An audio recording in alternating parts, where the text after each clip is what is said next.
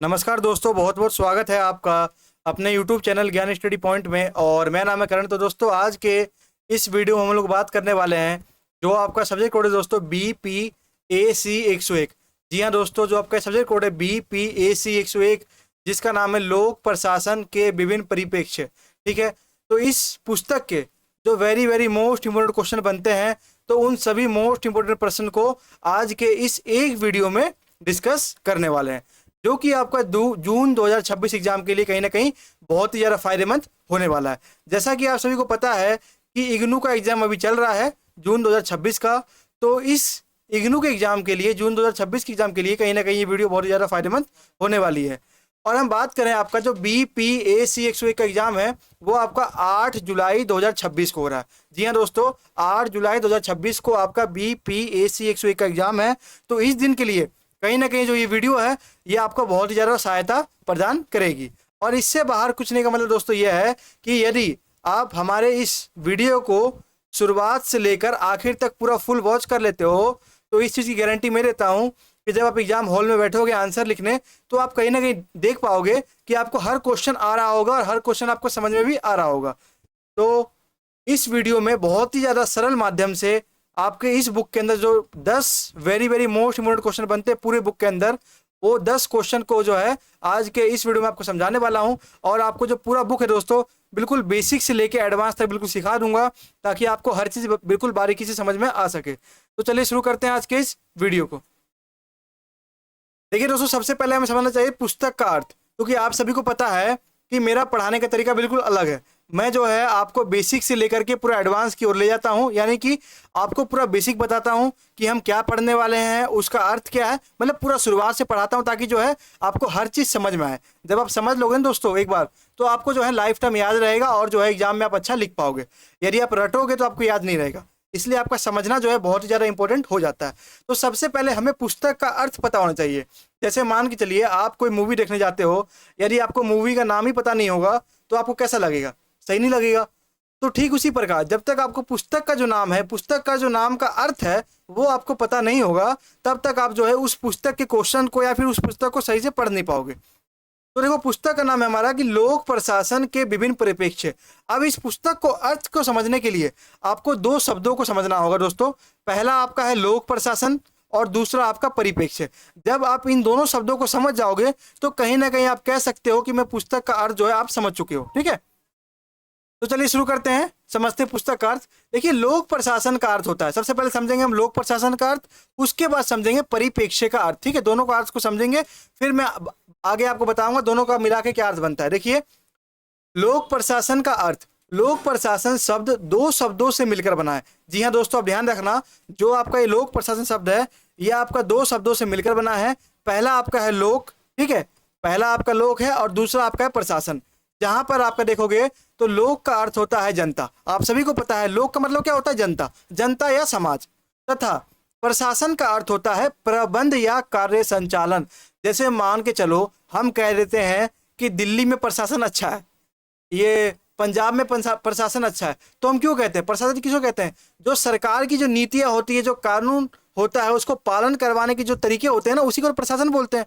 तो यही बताया गया है कि प्रबंधन यानी किसी भी चीज का प्रबंध करना या कार्य संचालन, कोई भी जो कानूनी कार्यवाही है वो करना सुचारू रूप से, उसी को हम कहते हैं कहीं ना कहीं प्रशासन। ठीक है दोस्तों, समझ गए? यानी जो भी कार्यपालिका आपने पढ़ा होगा इससे पहले वाली क्लासों में, कि जो विधायिका द्वारा जो कानून बनाए जाते हैं वो कार्यपालिका जो है लागू करवाती है, तो कार्यपालिका भी प्रशासन के तहत ही आती है। ठीक है, समझ गए आप दोस्तों? अब देखिए, अर्थात लोक प्रशासन का मूल अर्थ होता है सरकार द्वारा आम जनता के लिए विकास के लिए उन्नत नीतियां का निर्माण करना। अब आप समझो, अब यहाँ पे बताया जा रहा है कि जो आपका लोक प्रशासन है इसका अर्थ ही हमारा ये निकला, आपने ये समझा कि लोक का अर्थ होता है जनता और प्रशासन का अर्थ होता है जो भी प्रशासनिक कार्य होता है जो सरकार द्वारा किया जाता है। तो जब सरकार द्वारा जनता के उन्नति के लिए, जनता के विकास के लिए जब कार्य किया जाता है तो उसी को हम लोक प्रशासन बोलते हैं। समझ गए दोस्तों? यानी जनता के शासन के लिए जो भी प्रशासन द्वारा किया जाता है उसी को हम लोक प्रशासन बोलते हैं। अब देखो, आपने क्या किया, तो आपने एक शब्द का मतलब समझ लिया लोक प्रशासन क्या होता है। अब हमें समझना है दूसरे वर्ड का मतलब। तो दूसरा वर्ड है हमारा दोस्तों परिप्रेक्ष्य। तो परिप्रेक्ष्य का अर्थ क्या होता है? तो परिप्रेक्ष्य का अर्थ होता है दोस्तों दृष्टिकोण या नजरिया, यानी किसी भी व्यक्ति का देखने का नजरिया या दृष्टिकोण, इसी को हम परिप्रेक्ष्य कहते हैं। जैसे मान के चलिए कि कोई एक हॉल है, हॉल में एक मूवी लगी हुई है, ठीक है, तो हर व्यक्ति का देखने का नजरिया अलग है। मान लो 1000 व्यक्ति वहां पे मूवी देख रहे हैं, तो सबका नजरिया अलग है। वो कोई कुछ देखना पसंद करता है, कोई गाना देखना पसंद करता है, कोई जो है आपका एक्शन सीन देखना पसंद करता है, कोई आपका कॉमेडी सीन देखना पसंद करता है। तो ठीक उसी प्रकार जो राजनीति है दोस्तों, जो सरकार की नीतियां है, वो भी अलग अलग, मतलब हर क्षेत्रों में अलग अलग तरीके से लागू की जाती है। तो उसी को हम परिप्रेक्ष्य या दृष्टिकोण या नजरिया भी कह देते हैं। तो अब आप समझिए, आप क्या किया कि आपने दोनों शब्दों का मतलब समझ लिया। अब आप आसानी से समझ जाओगे पूरे पुस्तक का अर्थ क्या है। तो इस पुस्तक में हम लोक प्रशासन के विभिन्न दृष्टिकोणों की चर्चा करेंगे। आप ये एक बात बिल्कुल गांठ बांध लो दोस्तों कि इस पुस्तक में आप जो लोक प्रशासन है, यानी लोक प्रशासन के क्या क्या नजरिए हैं, कैसे जैसे हर व्यक्ति का नजरिया अलग होता है, ठीक उसी प्रकार राजनीति के अंदर भी जो लोक प्रशासन शब्द है उसका नजरिया अलग अलग विद्वानों द्वारा, अलग अलग विचारकों द्वारा दिया गया है। तो उन सभी को आप जो इस पुस्तक में पढ़ने वाले हो। ये जो पुस्तक है दोस्तों मेनली पूरा जो है आपका लोक प्रशासन के दृष्टिकोण के ऊपर ही टिका हुआ है। तो मैं आशा करता हूं कि आपको जो है पुस्तक का अर्थ समझ में आ गया होगा। तो चलिए शुरू करते हैं अपने इस वीडियो को। दोस्तों मैंने आपको पुस्तक का अर्थ बता दिया, तो इससे आपको एक आइडिया मिल गया कि हम क्या पढ़ने वाले हैं। इसलिए मैं आपको ये पुस्तक का अर्थ बताता हूँ, वरना यदि हम डायरेक्ट क्वेश्चन शुरू कर देंगे तो बहुत सारे साथी क्या है वो बोर हो जाते हैं, वो वीडियो को देखते ही नहीं है। तो मैं उनको बिल्कुल ऐसे पढ़ाता हूं ताकि उनको बिल्कुल इंटरेस्ट रहे कि हाँ हम ये पढ़ने वाले हैं। तो अब हम शुरू करते हैं अपने क्वेश्चन को। शुरू करने से पहले आपको बताना चाहता हूं मैं कि आपको जो क्या करना है, आपको वीडियो को पूरा शुरू से लेकर आखिर तक वॉच करना है। ये मैं आपके भले के लिए बोल रहा हूँ। यदि आप थोड़ा सा भी वीडियो को स्किप करोगे तो हो सकता है आप कोई इंपॉर्टेंट क्वेश्चन, कोई इंपॉर्टेंट टॉपिक को स्किप कर दो, तो इससे कहीं ना कहीं आपका घाटा हो जाएगा। तो आपको बस एक ही काम करना है, वीडियो को बिल्कुल ध्यान से देखना है और पूरा फुल वॉच करना है। तो चलिए शुरू करते हैं वीडियो को। देखो पहला क्वेश्चन है हमारा। सबसे पहले दोस्तों आप क्वेश्चन को पढ़िए, उसको समझिए, उसके बाद आंसर की ओर बढ़ेंगे। तो पहला क्वेश्चन हमारा है कि लोक प्रशासन का अर्थ एवं लोक प्रशासन के महत्व की चर्चा कीजिए। यानी लोक प्रशासन का क्या अर्थ है और इसकी क्या क्या महत्व है, ये आपको बताना है। तो लोक प्रशासन का अर्थ तो मैंने आपको बता दिया, वही लाइन है कि लोक प्रशासन का अर्थ। तो लोक प्रशासन शब्द दो शब्दों से मिलकर बना है, लोक जमा प्रशासन, ये तो मैंने आपको बता ही दिया। लोक का अर्थ होता है जनता या समाज, और प्रशासन का अर्थ क्या होता है, प्रबंध या कार्य संचालन। जब सरकार द्वारा जो कार्य का संचालित करवाया जाता है, किसी भी गतिविधि को करवाया जाता है सुचारू रूप से, तो उसी को हम प्रशासन बोलते हैं।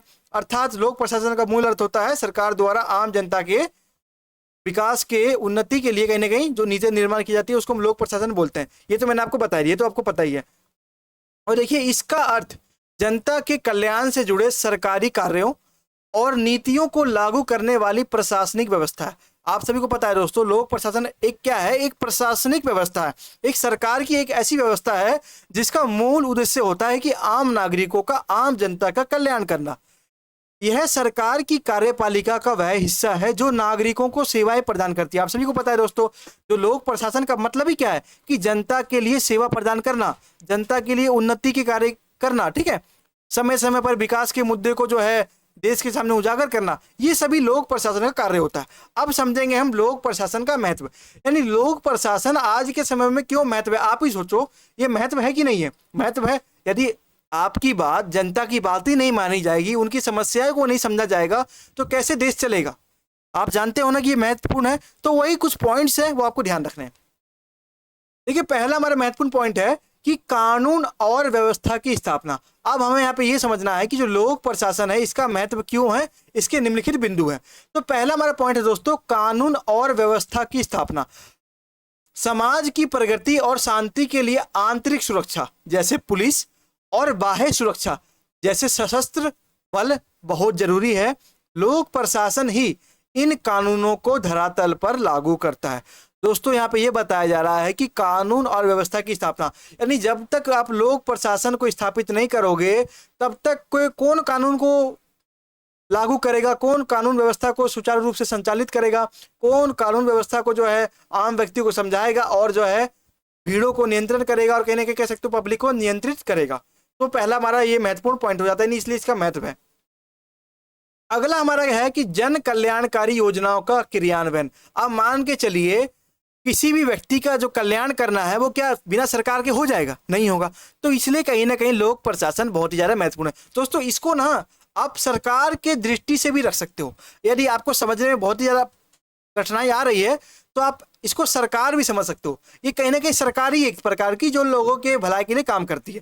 तो सरकार द्वारा गरीबों और जरूरतमंदों के लिए बनाई गई योजनाएं जैसे आवास योजना, राशन वितरण या पेंशन की जो योजना होती है को सही लाभार्थियों तक पहुंचाने की जिम्मेदारी लोक प्रशासन को होती है। दोस्तों आप ही बताओ, जब लोक प्रशासन नहीं होगा, पुलिस नहीं होगी, तो कैसे आम नागरिकों तक जो है जो योजना है सरकार की वो कैसे पहुंचेगी। इसलिए कहीं ना कहीं लोक प्रशासन का बहुत ही ज्यादा महत्व हो जाता है।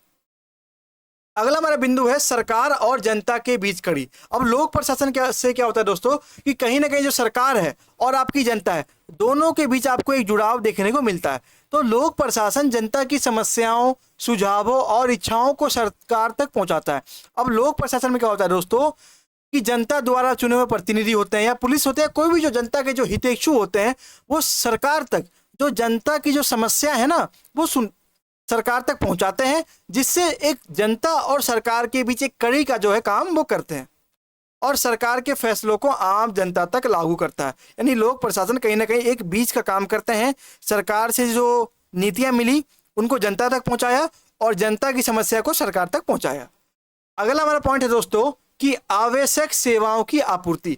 यानी लोक प्रशासन के द्वारा ही आप कह सकते हो कि जो भी बेसिक नीड्स है, जो आवश्यक सेवाएं हैं, उनकी आपूर्ति सरकार के द्वारा की जाती है। तो नागरिकों के दैनिक जीवन को सुचारू बनाने के लिए शिक्षा, अस्पताल, बिजली, पानी और परिवहन जैसी आवश्यक सेवाओं का संचालन जो है लोक प्रशासन द्वारा ही किया जाता है। दोस्तों आप एक वर्ड और ध्यान रखना कि लोक प्रशासन में कहीं ना कहीं पूरी जो बात होगी वो आदमी के बारे में ही होगी कि आदमी की स्थिति कैसी है, उसका विकास हो रहा है कि नहीं हो रहा। मतलब पूरा जो केंद्र बिंदु है वो आपका आदमी होगा या व्यक्ति होगा। ठीक है। अब दोस्तों हमारा दूसरा क्वेश्चन है लोक प्रशासन के लोक हित दृष्टिकोण की चर्चा कीजिए। दोस्तों ये क्वेश्चन आपसे एग्जाम में ऐसे भी पूछ सकते हैं कि लोक हित दृष्टिकोण की चर्चा कीजिए। तो आप कंफ्यूज मत होना, ये लोक प्रशासन के जो है ना ये दृष्टिकोण ही है। जैसे आपने पुस्तक का नाम ही पढ़ा तो इसमें दृष्टिकोण की चर्चा है, यानी जो भी लोक प्रशासन के जो विभिन्न दृष्टिकोण है उन्हीं को हम पढ़ेंगे। तो आपसे क्वेश्चन ऐसे भी पूछ सकता है कि लोक प्रशासन के लोक हित दृष्टिकोण की चर्चा कीजिए या फिर लोक हित दृष्टिकोण की चर्चा कीजिए। दोनों ही स्थिति में जो आंसर है आपका यही होगा। ठीक है। तो हमसे क्वेश्चन दोस्तों ये पूछ रहा है कि जो लोक प्रशासन है इसके लोक हित दृष्टिकोण की चर्चा कीजिए। अब दोस्तों लोक हित को आप समझ जाइए, क्योंकि मेरा मानना है जब आप शब्दों के मीनिंग को समझ जाएंगे ना तो आप उसको कहीं ना कहीं इजीली एक्सप्लेन कर पाएंगे। देखो लोक हित क्या है, लोक जमा हित, यानी इसमें कहीं ना कहीं जो आम जनता है, जो आम नागरिक है, जो लोग हैं, उनके हित के लिए, उनके भलाई के लिए बात की गई है। तो लोक प्रशासन में किस प्रकार से आम नागरिकों की भलाई हो सके तो उसके लिए क्या क्या सुझाव दिए गए वो आपको समझना है। देखिए लोक प्रशासन में लोक हित दृष्टिकोण का मुख्य उद्देश्य होता है सार्वजनिक नीतियों और प्रशासनिक कार्यों के माध्यम से समाज के व्यापक कल्याण को सुनिश्चित करना। यानी समाज में व्यापक रूप से कल्याण हो रहा है कि नहीं हो रहा, आम नागरिकों का विकास हो रहा है कि नहीं हो रहा, जो अल्पसंख्यक लोग हैं, जो पिछड़े हुए वर्ग हैं, जो पिछड़ी हुई जाति है, उनका कल्याण हो रहा है कि नहीं हो रहा, उनका आकलन करना, उनका परीक्षण करना कहीं ना कहीं लोकहित दृष्टिकोण के तहत आता है। यह दृष्टिकोण जोर देता है कि सरकारी कर्मचारियों का हर निर्णय व्यक्तिगत लाभ से ऊपर उठकर न्याय, समानता और आम जनता की भलाई पर आधारित होना चाहिए। यह दृष्टिकोण बताता है कि जो सरकारी कर्मचारी होता है उनका जो लाभ है, उनका जो निर्णय, उनका जो उद्देश्य है वो कहीं ना कहीं अपने लाभ के लिए नहीं होना चाहिए बल्कि पूरे समाज के लिए होना चाहिए। जैसे दोस्तों बहुत सारे साथी आपने भी देखा होगा अपने लाइफ में कि जब आप कोई सरकारी ऑफिस में जाते हो तो कहीं ना कहीं जो है आपको बहुत ज़्यादा समस्या का सामना करना पड़ता है। वो बोलेंगे इस टेबल पे जाओ, वो बोलेगा उस टेबल पे जाओ। इससे क्या है, इससे कहीं ना कहीं जो है वो आम नागरिकों को परेशान करते हैं। तो आप कह सकते हो कि लोक हित दृष्टिकोण के तहत ये बताया गया है कि जो भी सरकारी कर्मचारी है या कोई भी सरकारी व्यक्ति है वो उसका मूल उद्देश्य ये होना चाहिए कि आम नागरिकों की समस्याओं को सुना जाए और उनकी समस्या का समाधान किया जाए। अब देखिए लोक प्रशासन के लोक हित दृष्टिकोण क्या क्या है उसको समझते हैं। पहला हमारा है नैतिकता और पारदर्शिता। अब देखो दोस्तों लोक हित का मतलब आपने समझ गया कि इसमें जनता के भलाई के लिए बात की जाएगी। तो इससे कहीं ना कहीं आप नैतिकता और पारदर्शिता, यानी जब किसी देश के अंदर लोक हित दृष्टिकोण लागू हो जाएगा तो समाज और सरकार और जनता तीनों के बीच कहीं ना कहीं जो है एक पारदर्शिता, एक सुचारू रूप से जो आप उनको देख पाओगे। ठीक है, प्रशासनिक अधिकारियों को सत्यनिष्ठा, निष्पक्षता और वस्तुनिष्ठा के साथ कार्य करना होता है। निर्णय लेने की प्रक्रिया में व्यक्तिगत पूर्वाग्रह की कोई जगह नहीं होती। दोस्तों यहाँ पे बताया गया, पूर्वाग्रह का मतलब ये आपको पता होना चाहिए कि ऐसे विचार या ऐसे व्यक्ति जो पुराने विचारों से जुड़े हुए होते हैं, उन्हीं को मानते हैं, तो उनके लिए यहाँ पे कोई स्थान नहीं। ये पहला सिद्धांत बता रहा है कि यदि आप पुराने विचारों को मानते ही रहोगे तो कब आप लोकहित में कार्य करोगे, कब आप जनता का विकास करोगे। ठीक है, अगला हमारा है सामाजिक न्याय। यह दृष्टिकोण समाज के कमजोर, वंचित और हाशिए पर पड़े मजदूर वर्ग। दोस्तों हाशिए पर पड़े मजदूर वर्ग का मतलब हमारा ये होता है दोस्तों कि हाशिए का मतलब दोस्तों ऐसा है कि ऐसा वर्ग जो पिछड़ा हुआ हो, जो आपका दोस्तों पिछड़ा हुआ हो या फिर जो अल्पसंख्यक हो, उसको हम हाशिए पर पड़े वर्ग कहते हैं। जिसको आज के समय में आप एससी कह देते हो, एसटी कह देते हो, ओबीसी कहते हो, वो समझ गए। दोस्तों मैं आपको हर वर्ड का मीनिंग इसलिए बताता हूं ताकि आपको जो है वीडियो बोरिंग ना लगे, आपको जो है वीडियो देखने का इंटरेस्ट जागे और आप वीडियो को बिल्कुल ध्यान से देखो। अगर मैं बिल्कुल रीड करूंगा और आपको बताते रहूंगा तो आप जो है कहानी की तरह समझोगे और मतलब आपको कहीं ना कहीं बोरिंग सा फील होगा। इसलिए जो है मैं आपको हर वर्ड का मतलब बता के चलता हूं। तो देखिए, हाशिए पर पड़े मौजूद वर्गों के उत्थान को प्राथमिकता देना, आप सभी को पता है। लोकहित का मतलब आप एक गांठ बांध लो कि इसमें जनता के कल्याण की बात ही की जाएगी। तो कल्याण की बात करना क्या है कि जो पिछड़े हुए वर्ग के जो लोग हैं, जो व्यक्ति हैं, उनका विकास करना है ताकि संसाधनों तक एक समान वितरण हो सके। जब तक समाज में समानता नहीं फैलेगी तब तक जो पिछड़े हुए वर्ग हैं उनको कहीं ना कहीं दबाया जाएगा। अगला हमारा दोस्तों पॉइंट है उत्तरदायित्व। लोक प्रशासक जनता के प्रति जवाबदेही होते हैं। आप सभी को पता है लोग जो प्रशासक होंगे वो जनता के द्वारा चुने गए होंगे, तो जवाबदेही तो होंगे ही होंगे। जैसे मान के चलिए आपने किसी व्यक्ति को नौकरी पर रखा, तो जो व्यक्ति नौकरी कर रहा है वो आपके प्रति जवाबदेही होगा कि नहीं होगा, आपकी बातों को मानेगा, आपसे मतलब आपकी इज्जत भी करेगा। तो ठीक उसी प्रकार जो जनता होती है दोस्तों, तो जनता की इज्जत भी जो है प्रशासन करता है। ठीक है, उन्हें संसद या विधानसभा के माध्यम से जनता की इच्छाओं और आवश्यकताओं के अनुरूप नीतियां ही लागू करनी होती है। आप सभी को पता है कि जनता द्वारा जो प्रतिनिधि होते हैं वो संसद में जाते हैं और जनता की जो समस्याएं हैं उनको जो है सरकार के समक्ष रखते हैं और उनका समाधान करवाने का प्रयास करते हैं। अगला पॉइंट है दोस्तों हमारा सार्वजनिक संसाधनों का कुशल उपयोग। यानी लोकहित के तहत बताया गया है कि जो सार्वजनिक संसाधन है, जो ऐसे संसाधन जो सभी व्यक्तियों के लिए है, उसका कुशल उपयोग प्रशासन का एक जिम्मेदारी बनता है कि जो हमारे पास मौजूदा समय में जो संसाधन है उसका इस प्रकार से उपयोग करवाए जिससे वो संसाधन संरक्षित रह सके और आने वाले पीढ़ियों के लिए भी वो बच सके। तो करदाताओं के पैसों, सार्वजनिक धन का अपव्यय रोके बिना लोकहित को प्राप्त नहीं किया जा सकता। इसलिए मितव्ययता और कार्यकुशलता इसके आवश्यक अंग है। यानी इसमें बताया गया है कि जब तक आप जो आपसे टैक्स लेते हैं, जो अनावश्यक टैक्स लेते हैं, उनको जब तक हम नहीं रोकेंगे तब तक सार्वजनिक जो संसाधन है उनका हम कुशल उपयोग नहीं कर सकते। क्योंकि आप ही सोचो, इसमें बात की जा रही है एक पूंजी वर्ग के बारे में और एक गरीब वर्ग के बारे में। जब पूंजीपति के पास पैसा ज़्यादा होगा, उसके पास मतलब हर चीज़ होगी, तो आम लोग संसाधन कैसे पहुँचेगा, तो उसी की बात की जा रही है। ये दोस्तों ऐसे मुद्दे थे जो ये बताते हैं कि लोकहित जो है हम किस प्रकार से जो है स्थापित कर सकते हैं। अब हमारा तीसरा क्वेश्चन है दोस्तों कि लोक प्रशासन के सुशासन दृष्टिकोण की चर्चा कीजिए। अब जो लोक प्रशासन है आपका, इसके अंदर जो सुशासन दृष्टिकोण है इसकी हमें चर्चा करनी है कि ये सुशासन दृष्टिकोण है क्या और ये इसने लोक प्रशासन को किस प्रकार से प्रभावित किया। तो दोस्तों आंसर की ओर बढ़ने से पहले मैं आपको जो है यहाँ पर सुशासन शब्द का जो है अर्थ समझा देता हूँ ताकि आपको आंसर समझने में मुश्किल ना हो। देखो, सुशासन जो है आपका दो शब्दों से बना है, सु जमा शासन। सु का अर्थ होता है आपका अच्छा और शासन का मतलब होता है शासन करना। यानी सरकार द्वारा जब एक अच्छा शासन किया जाता है तो उसी को हम सुशासन कह देते हैं। ठीक है, आप वर्ड का मीनिंग समझ गए। अब आंसर की ओर बढ़ते हैं। तो लोक प्रशासन में सुशासन दृष्टिकोण एक ऐसी शासन प्रणाली है जो जन केंद्रित, पारदर्शी, जवाबदेही और प्रभावी होती है। यानी कहीं ना कहीं ये आम जनता के विकास के लिए बहुत ही ज़्यादा आवश्यक है। क्योंकि आप सभी को पता है सुशासन का मतलब क्या होता है दोस्तों, एक अच्छा नीति बनाना, एक अच्छा शासन कायम करना आम जनता के बीच। जब एक अच्छा शासन कायम किया जाएगा तो जो है जनता जो है पारदर्शी भी होगी, जनता सरकार के साथ जुड़ी हुई महसूस करेगी। यह पारंपरिक सत्तावादी नौकरशाही से हटकर नागरिकों को सेवाग्राही मानती है, उनके सर्वांगीण विकास व सशक्तिकरण पर जोर देती है। आप सभी को पता है सुशासन का मतलब ही क्या है कि अच्छा शासन का व्यवस्था करना जिससे व्यक्ति का सर्वांगीण विकास हो। सर्वांगीण का मतलब होता है दोस्तों सभी प्रकार से विकास हो, शारीरिक रूप से, मानसिक रूप से, आध्यात्मिक रूप से, आर्थिक रूप से, सभी प्रकार से जब व्यक्ति का विकास होता है तो उसी को हम सर्वांगीण विकास भी कह देते हैं। मैं दोस्तों आपको हर वर्ड का मीनिंग इसलिए बताता हूँ ताकि आपको वीडियो जो है बिल्कुल ध्यान से समझ में आ सके। सशक्तिकरण का मतलब होता है जो व्यक्ति जो है, जो समाज है वो मजबूत हो सके, वो आत्मनिर्भर हो सके, वो सशक्त हो सके। ठीक है, अब देखिए लोक प्रशासन के सुशासन दृष्टिकोण, यानी लोक प्रशासन के अंदर जो सुशासन दृष्टिकोण है वो क्या क्या है वो आपको बताना है। देखिए पहला हमारा है भागीदारी।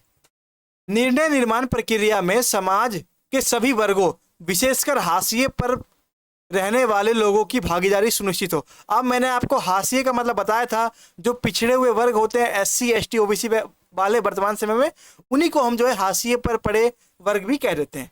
तो इसमें यह बताया जा रहा है कि जब तक हम इनकी भागीदारी नहीं करेंगे समाज के अंदर तब तक जो है आप पूर्ण रूप से समाज को विकसित नहीं कर सकते।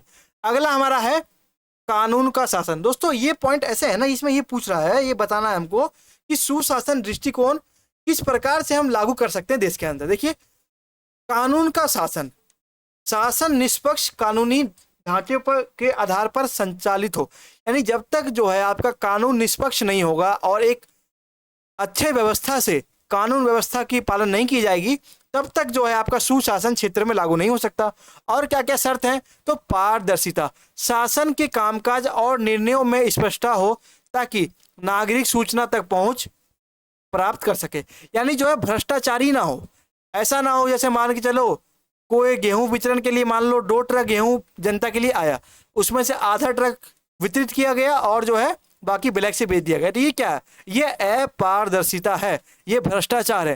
तो यहाँ पे यही बात की जा रही है, जब तक सरकार के अंदर, जब तक राज्य के अंदर आपका भ्रष्टाचार यानी पारदर्शिता जब तक नहीं आएगी तब तक जो है उसका विकास नहीं होगा, यानी भ्रष्टाचार जब तक दूर नहीं होगा तब तक आम नागरिक का विकास नहीं होगा।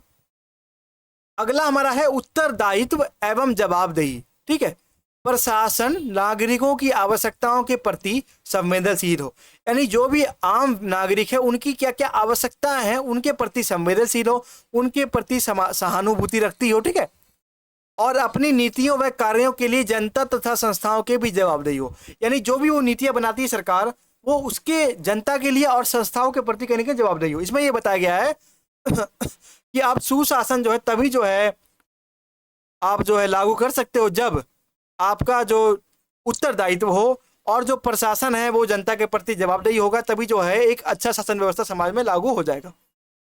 अगला हमारा है सहमति उन्मुख। विभिन्न मतों के बीच सामंजस्य स्थापित करते हुए व्यापक जनहित में निर्णय लेना। देखो सहमति उन्मुख का मतलब है कि कोई भी निर्णय जब सरकार द्वारा लिया जाएगा तो जनहित में लिया जाएगा, यानी उसका मेन जो उद्देश्य होगा हर व्यक्ति का कल्याण। जनहित का मतलब ही होता है हर जनता का हित करना, हर जनता का भला करना, उसी को हम जनहित बोलते हैं। अगला हमारा पॉइंट है समता और समावेशिता। समाज के सभी सदस्यों विशेषकर कमजोर और वंचित वर्गों को समाज में आगे बढ़ने के समान अवसर प्राप्त हो, यानी जब तक आप समाज के अंदर समता यानी समानता स्थापित नहीं करोगे तब तक जो है समाज के अंदर जो है आपका सुशासन व्यवस्था स्थापित नहीं हो पाएगा। अगला हमारा है प्रभावशीलता और दक्षता। उपलब्ध संसाधनों का अनुकूलतम उपयोग करके जन कल्याण के लक्ष्यों को प्राप्त करना, यानी जो भी हमारे वर्तमान समय में जो भी संसाधन उपलब्ध है उन संसाधनों का इस प्रकार से प्रयोग करना है ताकि वर्तमान समय की आवश्यकता भी पूरी हो जाए और आने वाली पीढ़ियों के लिए भी संसाधन बचे रहे, यानी कहीं ना कहीं कह सकते हो आप कि सतत विकास को भी जो है बढ़ावा देने की बात कही गई है। अब दोस्तों चौथा क्वेश्चन है हमारा कि लोक प्रशासन के नीति विज्ञान दृष्टिकोण की चर्चा कीजिए। अब दोस्तों यहाँ पर ना आपको एक पॉइंट और ध्यान रखिए कि इस पूरे पुस्तक में आप यही पढ़ोगे कि किस प्रकार से आम व्यक्ति का विकास किया जाए, किस प्रकार से जो सरकार की नीतियां हैं वो आम नागरिकों तक पहुंचे और किस प्रकार से कैसे कैसे दृष्टिकोण है, कैसे कैसे नजरिया है, जिन नजरिए से हम आम जो नागरिक है उनका जो है विकास कर सकते हैं। अब देखो दोस्तों, आपने इससे पहले बहुत सारे दृष्टिकोण पढ़ा, अब क्या पढ़ोगे? अब नीति विज्ञान, यानी नीति विज्ञान दृष्टिकोण किस प्रकार से व्यक्ति के विकास में लाभकारी है वो आपको बताना है। ठीक है, मतलब हर दृष्टिकोण जो है कहने के व्यक्ति से जुड़ा हुआ है। ये पूरा बुक ही आपका जो है व्यक्ति से जुड़ा हुआ है, इसलिए आप बिल्कुल ध्यान से मतलब व्यक्ति को केंद्र बिंदु मान के समझिएगा। अब देखिए, लोक प्रशासन के जो नीति विज्ञान दृष्टिकोण है वो क्या उसको समझते हैं। तो देखिए, लोक प्रशासन में नीति विज्ञान दृष्टिकोण मुख्य रूप से सार्वजनिक नीतियों के निर्माण, उनके प्रभाव और विश्लेषण पर केंद्रित है। यानी देखो, आप इस नीति विज्ञान जो शब्द है इसका मतलब समझिए। देखो, नीति यानी योजना बनाना और विज्ञान यानी उस योजना का अध्ययन करना, यानी जो भी योजना बनाई जाती है उसका विश्लेषण करना, वही आपका नीति विज्ञान के तहत आता है।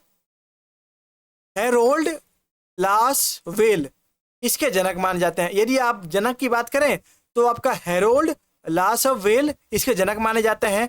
यह प्रशासनिक कार्यों को केवल नियमों तक सीमित न रखकर उन्हें व्यवहारिक और समाज कल्याण के लिए उन्मुख बनाने का प्रयास करता है। आपने देख ही लिया कि जो भी नीतियां सरकार बनाती है उन नीतियों का पूर्ण रूप से विश्लेषण किया जाता है कि क्या वो नीति सही है, क्या वो गलत है। तो कहीं ना कहीं आप कह सकते हो कि जो नीति विज्ञान दृष्टिकोण है इसका जो मेन उद्देश्य होता है वो आम नागरिकों का जो है बिल्कुल प्रत्यक्ष रूप से लाभ पहुंचाना। अब देखिए, लोक प्रशासन के नीति विज्ञान दृष्टिकोण, यानी लोक प्रशासन के जो नीति विज्ञान दृष्टिकोण है वो क्या क्या है वो हम समझते हैं। पहला हमारा है बहु विषयक, यानी कि बहुत सारे जो विषय हैं उनका अध्ययन करना और जो उचित चीज है, जो सही चीज है जनता के लिए, वो आम नागरिकों के लिए लागू करना। तो यह दृष्टिकोण राजनीति विज्ञान, अर्थशास्त्र, समाजशास्त्र और मनोविज्ञान के सिद्धांतों का एकीकृत उपयोग करता है ताकि जटिल सामाजिक समस्याओं का जो है समग्र समाधान किया जा सके। यानी आपको पता होगा दोस्तों, नीति विज्ञान का मतलब यही होता है कि किसी भी नीति का पूरा विश्लेषण करना। तो यहाँ पे यही बताया गया है कि बहुविषयक, यानी जो भी राजनीति विज्ञान है, अर्थशास्त्र, समाजशास्त्र जो या फिर जो भी मनोविज्ञान है, इसमें इन सभी का अध्ययन किया जाता है और एक उन्नत नीति जो है समाज के लिए लागू की जाती है। अगला हमारा है समस्या उन्मुख। इसमें प्रशासनिक मशीनरी का लक्ष्य केवल कागजी कार्यवाही या पदानुक्रम का पालन करना नहीं होता है, बल्कि समाज की विशिष्ट समस्याओं का व्यवहारिक समाधान खोजना होता है। जाहिर सी बात है, जो भी कागजी कार्यवाही है उसको इसमें महत्व नहीं दिया गया, बल्कि किस प्रकार से आम नागरिक को सुरक्षित रख सके, किस प्रकार से आम नागरिक का विकास हो सके, वो इसके अंदर बहुत ही ज्यादा महत्वपूर्ण भूमिका निभाती है। अगला हमारा है मूल्य जागरूक। यह केवल आंकड़ों तक सीमित नहीं रहता है, आप ध्यान रखना, इसमें केवल आंकड़े सीमित नहीं है बल्कि नीतियों के नैतिक, सांस्कृतिक और मानवीय मूल्यों को भी ध्यान में रखा जाता है। यानी कहीं ना कहीं कह सकते हो दोस्तों आप कि जो नीति विज्ञान है उसमें जो है आंकड़ों को महत्व नहीं दिया गया, बल्कि जो वर्तमान स्थिति है, जो यथार्थवाद है, जो सच्चाई है, उसको अधिक महत्व दिया गया है। अगला हमारा है संदर्भ जागरूक। यह मानता है कि कोई भी नीति निर्वात में काम नहीं करती, ठीक है, यानी कोई भी नीति फालतू में काम नहीं करती। प्रत्येक नीति का निर्माण ऐतिहासिक, सांस्कृतिक और राजनीतिक परिवेश को देखकर किया जाना चाहिए। यानी जो भी नीति बनाई जाएगी उसका हमें पूर्ण विश्लेषण करना चाहिए ताकि जो है आम नागरिकों तक जो है सुचारू रूप से जो है उचित कार्य हो सके। अब हमारा 5वां क्वेश्चन है दोस्तों, देखिए कि लोक प्रशासन के नौकरशाही दृष्टिकोण की चर्चा कीजिए। यानी लोक प्रशासन में जो आपका नौकरशाही दृष्टिकोण है वो क्या है, इसकी चर्चा करनी है। तो देखो, नौकरशाही दृष्टिकोण क्या है उसको समझते हैं। तो लोक प्रशासन में नौकरशाही दृष्टिकोण बड़े और जटिल संगठनों को व्यवस्थित करने की एक प्रणाली है। ठीक है, जो बड़े और जो जटिल संगठन है उनको व्यवस्थित करने की एक तरीका है, प्रणाली कह सकते हो आप। यह पदानुक्रम, स्पष्ट नियमों, कार्य विभाजन और योग्यता पर आधारित होती है। इसका मुख्य उद्देश्य होता है सरकारी नीतियों को निष्पक्ष, कुशल और तर्क संगत तरीकों से लागू करना। अब दोस्तों, मैं यदि आपको अपने शब्द में इसका मतलब बताऊं तो नौकरशाही दृष्टिकोण का मतलब दोस्तों यही होता है, जो भी आपके सरकारी कर्मचारी होते हैं उनका जो है एक उचित तरीके से चयन करना और उनको एक उचित मार्गदर्शन देना कि किस प्रकार से आपको जो है सरकारी नीतियों को जो है जनता के लिए लागू करवाना है और किस प्रकार से जो है समाज में एक संतुलन बनाए रखना है नागरिकों के बीच। अब देखिए, लोक प्रशासन के नौकरशाही दृष्टिकोण, यानी लोक प्रशासन के तहत जो आपका नौकरशाही दृष्टिकोण है, यानी लोक प्रशासन के तहत जो नौकरशाही दृष्टिकोण है क्या क्या महत्व रखता है वो समझिए। तो पहला हमारा है पॉइंट कि मैक्स वेबर का आदर्श मॉडल। जर्मन समाजशास्त्री मैक्स वेबर, ये आपके जो है जर्मन के जो है एक समाजशास्त्री थे मैक्स वेबर, ने नौकरशाही का सबसे व्यवस्थित सिद्धांत दिया है। उनके अनुसार यह तार्किक वैधानिक सत्ता पर आधारित है, जहां शक्ति व्यक्ति के बजाय पद और नियमों में निहित होती है। आप सभी को पता है नौकरशाही का मतलब क्या है। यहाँ पर कहीं ना कहीं जो पावर है वो जो सरकारी अधिकारी है उनके पास होगी। तो यहाँ पर ये बताते हैं मैक्स वेबर कि जो सरकारी अधिकारी है, जो पद है, उन पर निर्भर करती है, लेकिन उनका उद्देश्य यही होना चाहिए कि तार्किक, हाँ, उनको हमेशा तर्क करना चाहिए, किस प्रकार से जो है तर्क के माध्यम से जो है वो आम नागरिकों का विकास कर सके। अगला हमारा है पदानुक्रम। इसमें ऊपर से नीचे तक एक स्पष्ट श्रृंखला होती है, जहां प्रत्येक निम्न स्तर का आखिरी उच्च अधिकारी के नियंत्रण और निर्देशन में कार्य करता है। यानी कहीं ना कहीं आपको पता है पदानुक्रम का मतलब होता है एक सिस्टम के, आप सभी को पता है सरकार में क्या होता है, सिस्टम होता है। जैसे मान के चलो आप एक स्कूल को ले लो, स्कूल भी कहीं ना कहीं लोक प्रशासन में आता है। कैसे आता है, तो वो कहीं ना कहीं लोक हित के लिए तो कार्य कर रहा है। जो भी लोक हित के लिए कार्य करेगा वो लोक प्रशासन में आएगा। स्कूल क्या करता है कि बच्चों में शिक्षा का विस्तार करता है। तो स्कूल के अंदर देख लो आप कि पदानुक्रम क्या है, तो आपका प्रिंसिपल होगा, उसके बाद टीचर्स होंगे, उसके बाद और भी स्टाफ होंगे। तो क्या है, ये एक सिस्टम बना हुआ है ना, इसी को हम पदानुक्रम भी कहते हैं। यानी कि एक सिस्टम के तहत नौकरशाही तंत्र को स्थापित करना ही पदानुक्रम कहलाता है। अगला हमारा है तटस्थता और अव्ययिकता। ठीक है, तो प्रशासनिक निर्णय व्यक्तिगत भावनाओं या पक्षपात से मुक्त होकर पूर्व निर्धारित नियमों और वस्तुनिष्ठ तथ्यों पर आधारित है। यानी कहीं ना कहीं कह सकते हो कि जो पहले से जो निर्धारित नियम है उन पर आधारित नहीं है, बल्कि जो वस्तुनिष्ठ तथ्य, यानी जो ऐसे तथ्य जो वर्तमान समय में प्रभाव डालते हैं उन पर आधारित होती है। अगला हमारा है योग्यता आधारित चयन। अब जो नौकरशाही दृष्टिकोण है, यानी किसी भी सरकारी व्यक्ति की यदि आप चयन करते हो तो आप कैसे करोगे, आप उसकी योग्यता देखकर ही तो करोगे। तो अधिकारियों और कर्मचारियों की भर्ती और पदोन्नति उनकी शैक्षणिक योग्यता और तकनीकी कौशल के आधार पर की जाती है। आप सभी को पता है जो भी सरकारी नौकरी पाने वाले जो व्यक्ति होते हैं उनके ऊपर कहीं ना कहीं आप देख सकते हो कि जो उनकी एजुकेशन है उनको देखा जाता है। आप ही देख लो, जैसे मान लो किसी को एक सरकारी टीचर बनना है तो वो 12th पास करेंगे, उसके बाद DLED देंगे या फिर B.Ed करेंगे या फिर CTET पेपर 1 देंगे। ये मतलब ये जो प्रोसेस है ना, ये क्या है, ये नौकरी पाने का प्रोसेस है। तो इसी को बताया गया है कि योग्यता आधारित चयन, जो भी आपका नौकरशाही तंत्र होगा उसमें ऐसे ही किसी को हम रख नहीं लेंगे, जिसके पास पर्याप्त योग्यता होगी, जिसके पास नॉलेज होगा, उसी को है रखा जाता है। इससे क्या होता है कि आम नागरिक का विकास होता है। अगला हमारा पॉइंट है कि स्थायित्व और निरंतरता। नौकरशाही प्रशासन को एक स्थायी ढांचा प्रदान करती है। आप सभी को पता है नौकरशाही जो है प्रशासन को एक मजबूत ढांचा प्रदान करती है।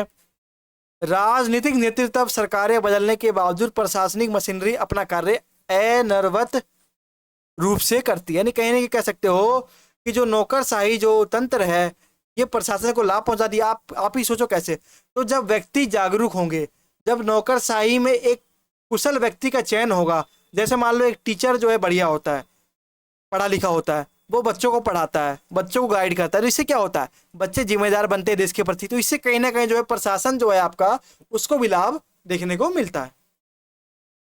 अगला हमारा क्वेश्चन है छठा कि लोक प्रशासन के वैज्ञानिक प्रबंध दृष्टिकोण की व्याख्या कीजिए या फिर चर्चा कीजिए।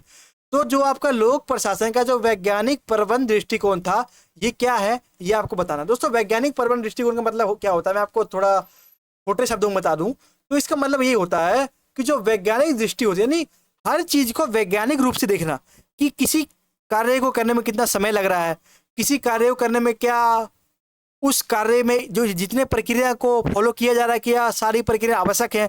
यदि हम कुछ प्रक्रिया को कम कर दें तो उससे क्या कोई प्रभाव पड़ेगा, तो ये आपके वैज्ञानिक दृष्टिकोण के तहत आ जाता है। यानी वैज्ञानिक रूप से जब हम अध्ययन करते हैं लोक प्रशासन का तो आपका जो है ये वैज्ञानिक दृष्टिकोण के तहत आ जाता है।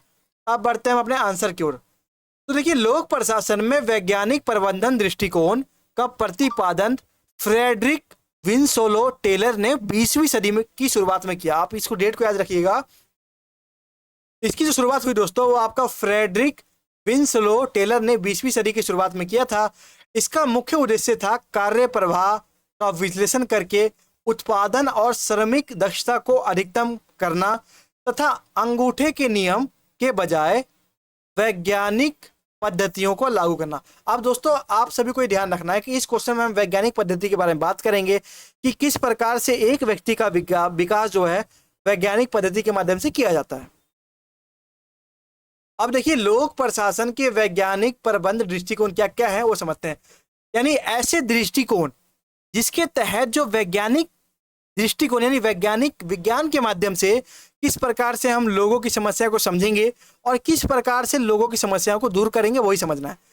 तो हमारा पहला पॉइंट है कि कार्य का वैज्ञानिक अध्ययन। सबसे पहले हमें जो कार्य हो रहा है उसका हमें वैज्ञानिक यानी साइंटिफिक रिसर्च करना होगा या फिर साइंटिफिक अध्ययन करना होगा।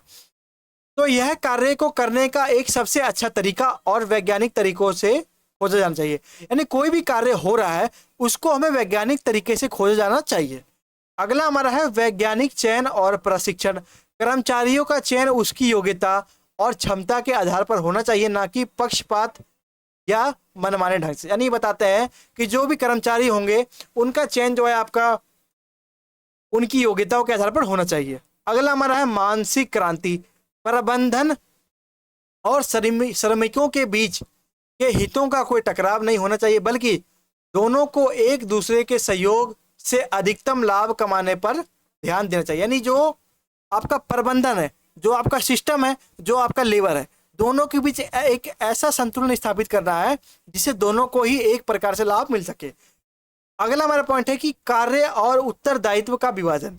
अब यदि हम वैज्ञानिक दृष्टिकोण की बात करें तो हमें कार्य का जो है पूर्ण रूप से विभाजन करना चाहिए, ताकि जब कार्य बटे रहेंगे तो सुचारू रूप से किसी एक व्यक्ति के ऊपर या किसी एक संगठन के ऊपर प्रेशर नहीं पड़ेगा, जिससे कहने के जो लोक प्रशासन है वो एक अच्छे रूप से जनता के लिए लागू हो सकेगा। तो योजना बनाने का काम प्रबंधन का होना चाहिए। जो योजना बनाते हैं दोस्तों इसका काम होना चाहिए प्रबंधन का यानी मैनेजमेंट का होना चाहिए, और उसे लागू करने का काम जो है श्रमिक का होना चाहिए। यानी जो भी योजना बनाई गई तो उसे लागू करने का काम श्रमिकों का होना चाहिए। श्रमिक जो है उन योजना को लागू करें, उनकी बात की गई है। अगला हमारा है समय और गति अध्ययन। किसी कार्य को पूरा करने में लगने वाले समय और श्रमिक की शारीरिक गतियों का अध्ययन करके अनावश्यक कार्यों को और समय की बर्बादी को रोकना। अब दोस्तों यहाँ पे आपको समझ में नहीं आया और मैं आपको समझाता हूँ। जैसा कि आपने समझा कि वैज्ञानिक दृष्टिकोण, तो वैज्ञानिक दृष्टिकोण में हर चीज को साइंटिफिकली लिया जाता है। यानी बिल्कुल उसकी उत्पत्ति कैसे हुई, उसमें समय कितना लगा, समय इतना क्यों लगा, इस समय को हम कम कैसे कर सकते हैं, मतलब पूरा जो नजरिया होता है वो आपका वैज्ञानिक दृष्टिकोण के तहत आता है। तो इसमें ये बताया गया जैसे मान के चलिए एक व्यक्ति अपने घर का निर्माण करवा रहा है, ठीक है, या फिर ये एग्जाम्पल छोड़िए, आप एक एग्जाम्पल लीजिए कि एक कंपनी में जो है कपड़े की कंपनी में शर्ट का जो है कहने की मैन्युफैक्चरिंग हो रही है, तो उसमें 20 आपके लेबर लगे हुए या फिर 20 कारीगर लगे हुए शर्ट को सिलने में। तो आप इसमें ये देखोगे कि उन 20 कारीगरों के द्वारा कितना टाइम लग रहा है, या फिर क्या कोई ऐसा कार्य है जिसके किए बिना हम जो है शर्ट को बना सकते हैं। तो इससे क्या होगा, इससे श्रम का बचत होगा और कहीं ना कहीं जो है पैसे की भी बचत होगी। तो ये आपका वैज्ञानिक दृष्टिकोण में आता है, और जो पैसे की बचत होगी वो लोक कल्याण के लिए लगा दिया जाएगा। ठीक है, अगला हमारा है विभेदक टुकड़ा वेतन प्रणाली।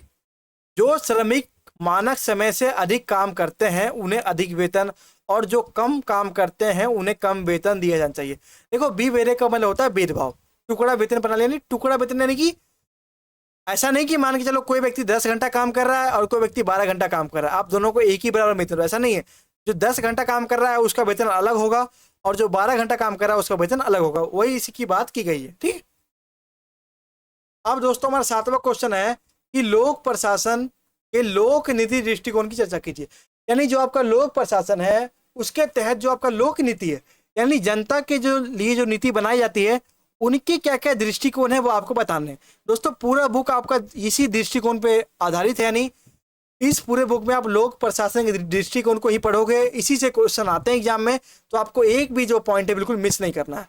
और मैं आशा करता हूँ कि आपको वीडियो समझ में आ रहा होगा और आपको जो है हर क्वेश्चन समझ में आ रहा होगा, क्योंकि मैं जो है आपको बिल्कुल ही सरल भाषा में समझाने का प्रयास करता हूँ, बिल्कुल आसान से आसान भाषा में।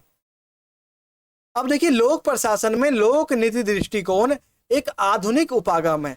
यानी ये जो है दोस्तों ये एक आधुनिक उपागम है जो केवल नियमों के पालन के बजाय सरकारी नीतियों के निर्माण, उनके प्रभाव और उनके परिणामों के मूल्यांकन पर केंद्रित है। यानी ये जो है, ये सिर्फ नीति जो है, सरकारी नीति, उनके पालन की बात नहीं करता, बल्कि उस नीति के निर्माण, उस नीति का निर्माण किस प्रकार से होता है, उसका प्रभाव क्या है और उसका क्या क्या परिणाम आम नागरिकों पर पड़ेगा, उनकी ये बात करता है। इसके तहत प्रशासन को एक ऐसी प्रक्रिया माना जाता है जिसका मुख्य उद्देश्य होता है जन कल्याण से जुड़े लक्ष्य को प्राप्त करना। जैसा कि शब्द का मतलब आप समझ सकते हो क्वेश्चन में कि लोक की नीति, लोक यानी जनता, नीति यानी योजना, यानी ऐसे योजनाओं का निर्माण करना जो आम नागरिकों के लिए लाभकारी हो और आम नागरिकों का विकास हो, उसी की बात इस क्वेश्चन में की जाएगी। अब देखिए लोक प्रशासन के लोक नीति दृष्टिकोण। तो पहला हमारा है मूल्यांकन और परिणाम। यह दृष्टिकोण इस बात पर जोर देता है कि कोई नीति समाज, अर्थव्यवस्था और राजनीति को कैसे प्रभावित करती है।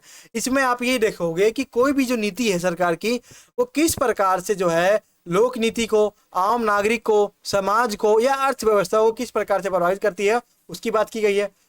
अगला हमारा पॉइंट है दोस्तों कि निर्णय लेने की प्रक्रिया।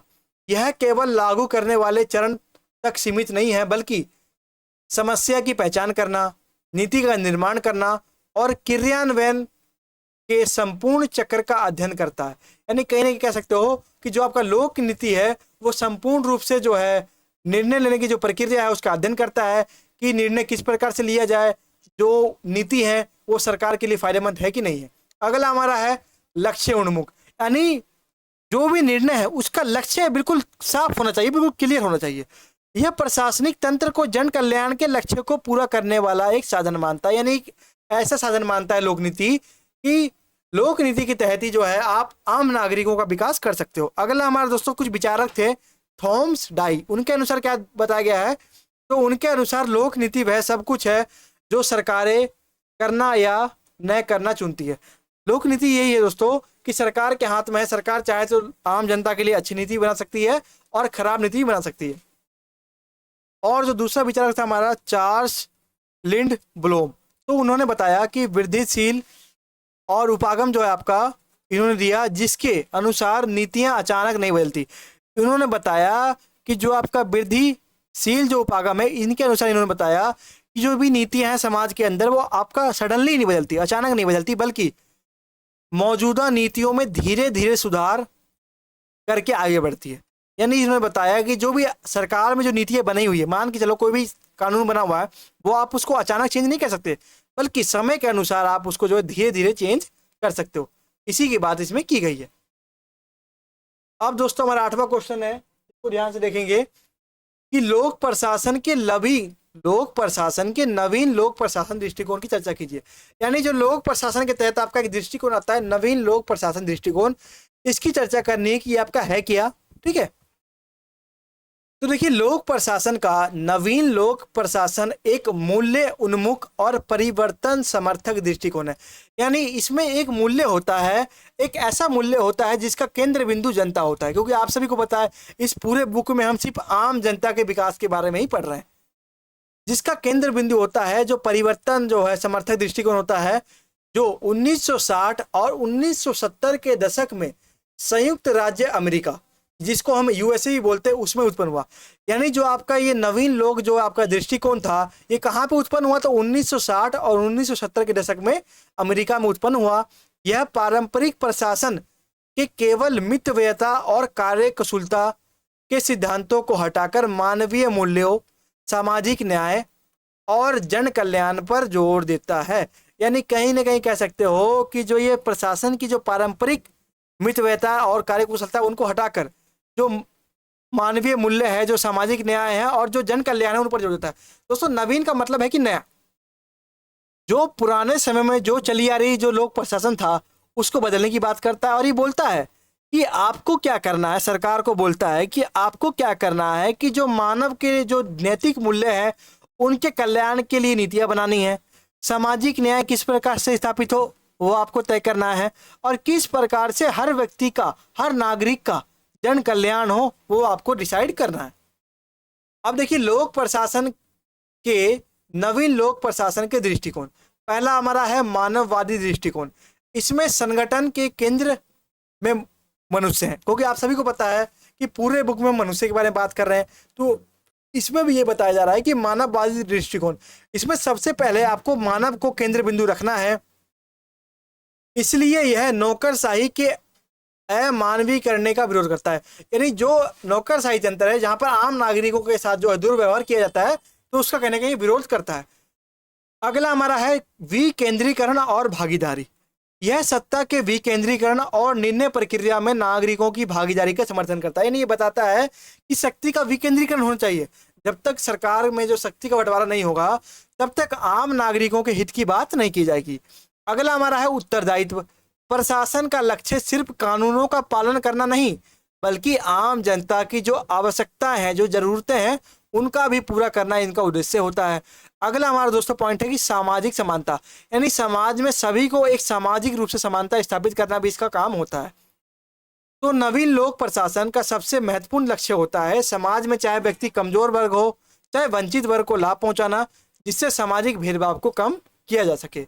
और परिवर्तन की बात किया जाए तो परिवार प्रशासन को यथाशक्ति यथास्थिति बनाए रखने वाला नहीं, बल्कि समाज में सकारात्मक सुधार और परिवर्तन लाने वाला माध्यम होना चाहिए। नहीं, जो ये बताता है कि समाज के अंदर प्रशासन ऐसा नहीं होना चाहिए जो यथाशक्ति बनाए रखे, यानी कि काम चल रहा है वो नीति नहीं होनी चाहिए। किस प्रकार से एक उन्नत नीति बनाई जाए जिससे जनता अपने जो कर्तव्य हैं, अपने जो इच्छाएं हैं, उनको पूरी कर सके। अब दोस्तों हमारा नौवां क्वेश्चन है कि लोक प्रशासन के निर्णय निर्माण दृष्टिकोण की व्याख्या कीजिए या फिर चर्चा कीजिए। यानी जो आपका लोक प्रशासन है दोस्तों, इसके तहत जो आपका निर्णय निर्माण दृष्टिकोण है, ये क्या है, इसकी चर्चा करना है। तो दोस्तों मैं आपको निर्णय निर्माण दृष्टिकोण थोड़ा समझा देता हूँ क्या है दोस्तों। तो निर्णय निर्माण, नाम से पता चलता है कि निर्णय का निर्माण। जब भी व्यक्ति के विकास के लिए कोई निर्णय का निर्माण किया जाता है, तो हमें उस निर्णय के निर्माण करने के लिए किन किन आवश्यक बातों का ध्यान रखना है, उसी को आपको समझना है। लेकिन लोक प्रशासन में निर्णय निर्माण दृष्टिकोण प्रशासन को एक तार्किक और व्यवहारिक प्रक्रिया के रूप में देखता है। यानी प्रशासन को कहने के आप कह सकते हो एक तार्किक रूप से और एक व्यवहारिक प्रक्रिया के रूप में देखता है, जिसका मूल उद्देश्य होता है उपलब्ध विकल्पों में से सबसे बेहतरीन कार्य प्रणाली का चयन करना।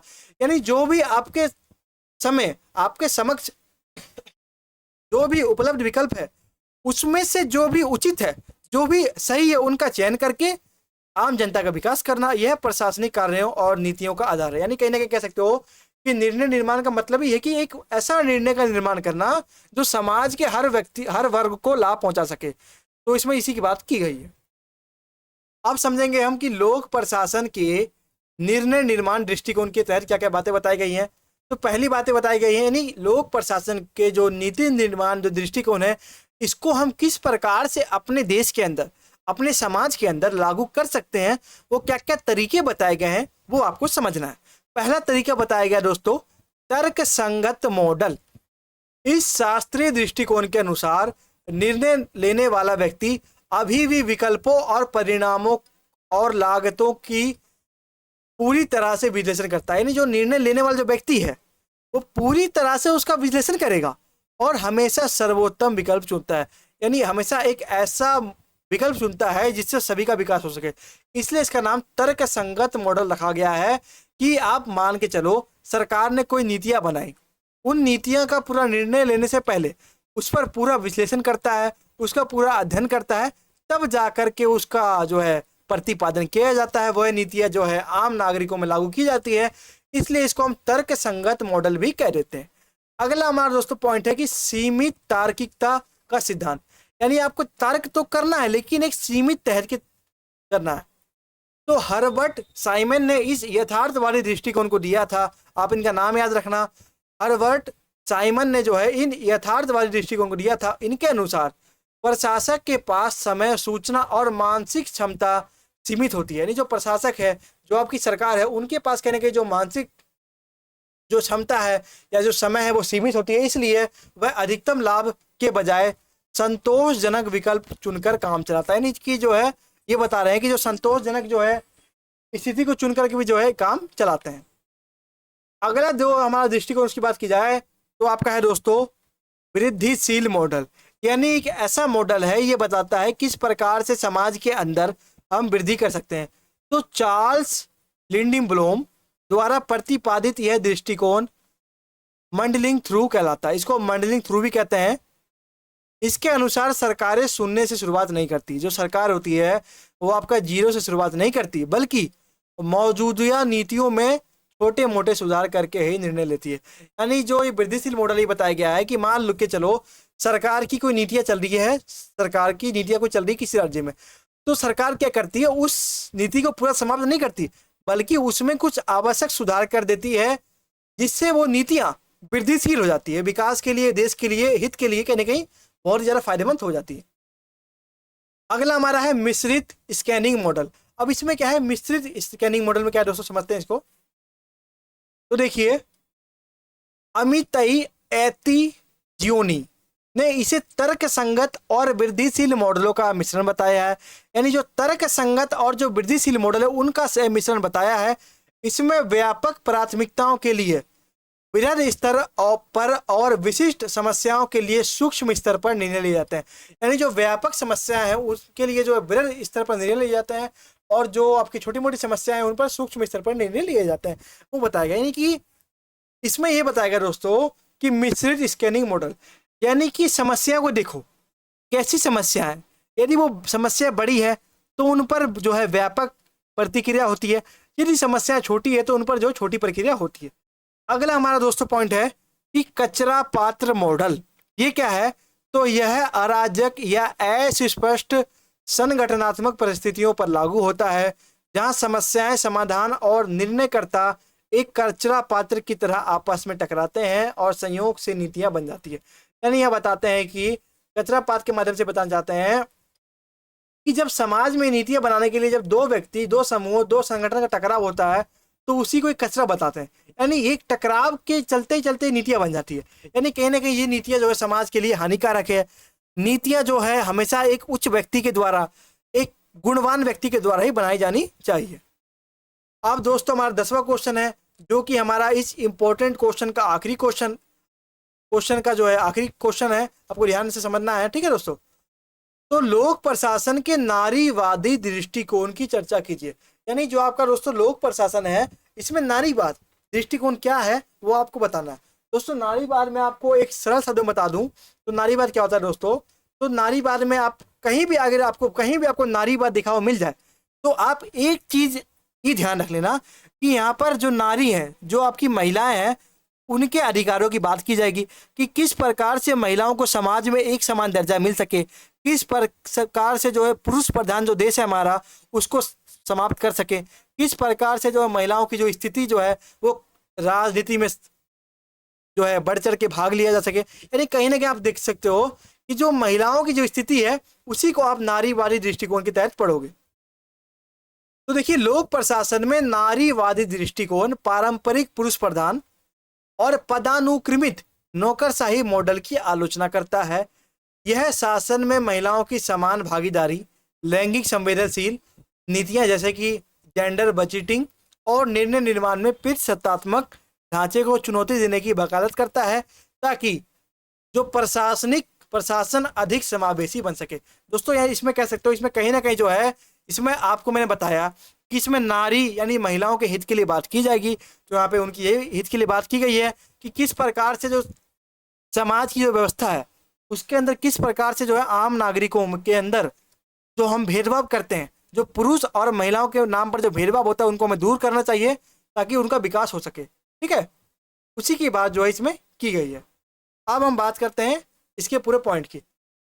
तो देखिए, आपका लोक प्रशासन के नारीवादी दृष्टिकोण, इसको समझते हैं। ठीक है, यानी नारीवादी दृष्टिकोण क्या क्या बताता है लोक प्रशासन के लिए। तो पारंपरिक सिद्धांतों की आलोचना।